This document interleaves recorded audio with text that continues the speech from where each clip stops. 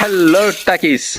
இந்த படத்துக்கு பிளாஸ்ட் அப்படின்னு பேர் வச்சதுக்கு பதிலாக ஆக்ஷன் ஃபேமிலி அப்படின்னு பேர் வச்சிருந்தா ரொம்ப ஆப்டாகவே இருந்திருக்கும். ஏன்னா படத்துக்கு நடுவில் ஆக்ஷன் இல்லை, ஆக்ஷன் நடுவில் தான் படமே இருந்துச்சு. தான் கண்ணு முன்னாடி யார் என்ன தப்பு செஞ்சாலும் அதை தைரியமாக தட்டி கேட்கணும் அப்படின்னு சொல்லி தன்னோட பொண்ணுக்கு கராத்தையெல்லாம் சொல்லி கொடுத்து வளர்க்குறாரு நம்ம ஆக்ஷன் கிங் அர்ஜுன். அவர் சொல்லி கொடுத்த மாதிரியே அந்த பொண்ணும் எல்லா தப்பையும் தட்டி கேட்குறாங்க. அதனால நிறைய பிரச்சனைகளையும் சந்திக்கிறாங்க.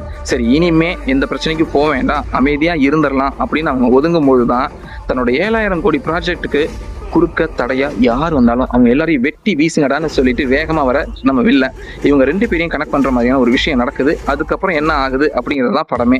இந்த படத்தோட பெரிய பிளஸ்ன்னு சொல்லணும்னா படத்தோட மியூசிக்கை சொல்லலாம். அதே மாதிரி இந்த படம் ஆரம்பிச்ச கொஞ்ச நேரத்திலேயே நிறைய சப் ஸ்டோரிஸ்லாம் வருது. அது எல்லாத்தையும் கொண்டு வந்து மெயின் பிளாட்டோட கனெக்ட் பண்ண அந்த ஒரு விஷயம் நல்லாவே இருந்தது.